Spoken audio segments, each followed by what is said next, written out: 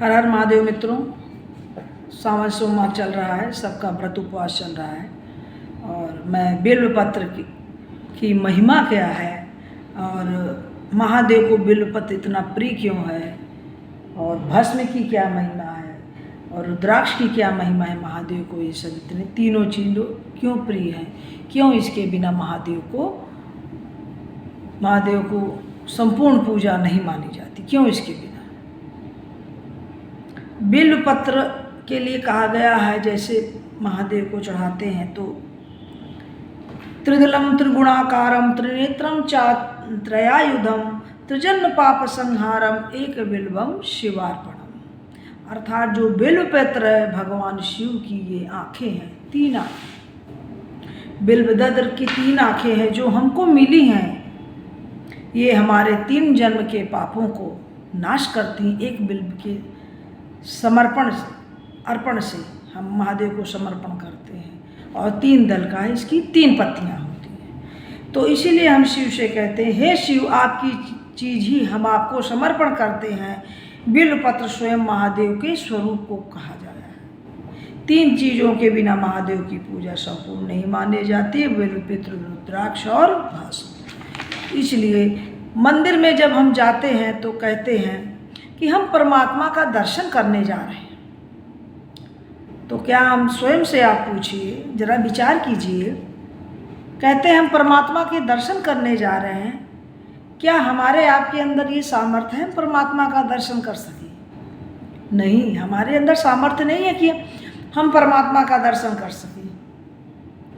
अरे हम तो अपना दर्शन देने जाते हैं स्वयं की परमात्मा हमको देख सके, हम अपनी हाजिरी लगाने जाते हैं।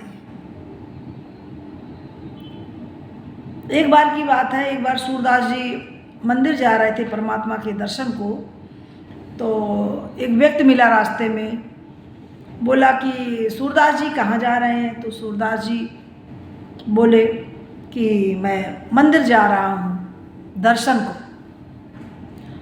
तो जोर से उपहास करके हंसने लग गया, बोला कि आंखें हैं नहीं और दर्शन करने जा रहे हैं। कह रहे आंखें हैं नहीं, दर्शन करने जा रहे हैं। तो बोला कोई बात नहीं भाई, मैं नहीं देखूंगा तो मेरा परमात्मा तो हमें देख लेगा, मैं तो सिर्फ हाजिरी देने जा रहा हूँ, मेरी आंखें नहीं है तो क्या है। तो कितनी बड़ी सूरदास जी ने कितनी बड़ी ज्ञान की बात कही है। तो ये बात है। और हम अब आपको आगे बताते हैं बिल्वपत्र को चढ़ाने का महत्व क्या है। जैसे हम किसी को चश्मा पकड़ा देते हैं और चश्मा लगाते हैं तो उसे दिखने लगता है, ठीक उसी प्रकार यह बिल्वपत्र जब महादेव को अर्पण करते हैं तो कहते हैं कि हे महादेव, यह बिल्व में जैसे 3 पत्तियां हैं, जैसे आपकी 3 आँखों के समान हैं। आपकी चीज़ हम आपको ही अर्पण करते हैं, आप इसे प्रेम पूर्वक स्वीकार कीजिए और हमें अपने तीनों नेत्रों से देखकर हमें निहाल कीजिए। हमें ऐसा बेलपत्र को समर्पित करते हुए महादेव से ऐसे वचन कहने चाहिए। जाने कितने जन्मों से हम भटक रहे हैं। बिल्व वृक्ष को श्री वृक्ष भी कहा जाता है। समझ रहे हैं? और बिल्व वृक्ष के नीचे अगर हम जप तप करते हैं तो हमें वो सभी तीर्थों के स्नान करने का फल प्राप्त होता है।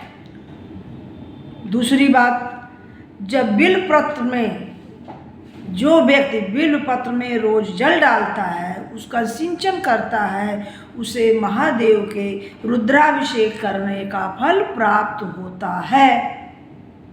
और तीसरी बात, जो बिल्व वृक्ष में थाला बनाता है, थाला मीन्स पौधे के पेड़ के चारों ओर ऐसा गड्ढा सा बना के गोल गोल कर देता है और उसमें जल से सिंचन करते हैं, उसे भगवान शिव के बैठने का चबूतरा बनाने का फल प्राप्त होता है।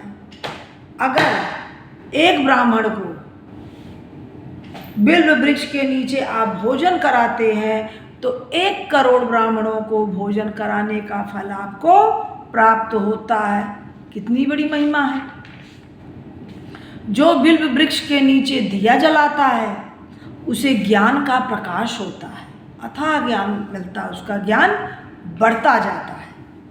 संसार में जितने भी तीर्थ हैं बिल्व वृक्ष के नीचे आकर के रहते हैं, क्योंकि बिल्व वृक्ष में सदैव महादेव प्रकट रहते हैं और सोचते हैं, वो तीर्थ सोचते हैं कि महादेव की दया कब मुझ पर हो जाए, जाने कब हो जाए, जाने कब महादेव की दृष्टि मुझ पर पड़ जाए। इसलिए सभी तीर्थों का स्नान जब तप सब तीर्थों को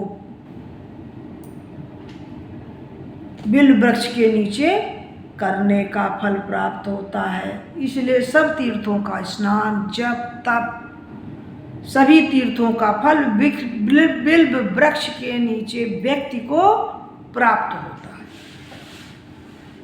सभी तीर्थ आकर के रहते हैं, इसीलिए बिल्व वृक्ष का चाहे दिया जलाएं, चाहे सिंचन करें, बिल्व वृक्ष को चढ़ाएं, उसमें थाला बनाएं, हर चीज़ का फल हमें प्राप्त होता है। इसलिए बिल्व वृक्ष के नीचे हमें जप तप की करना चाहिए और उसकी बहुत बड़ी महिमा है।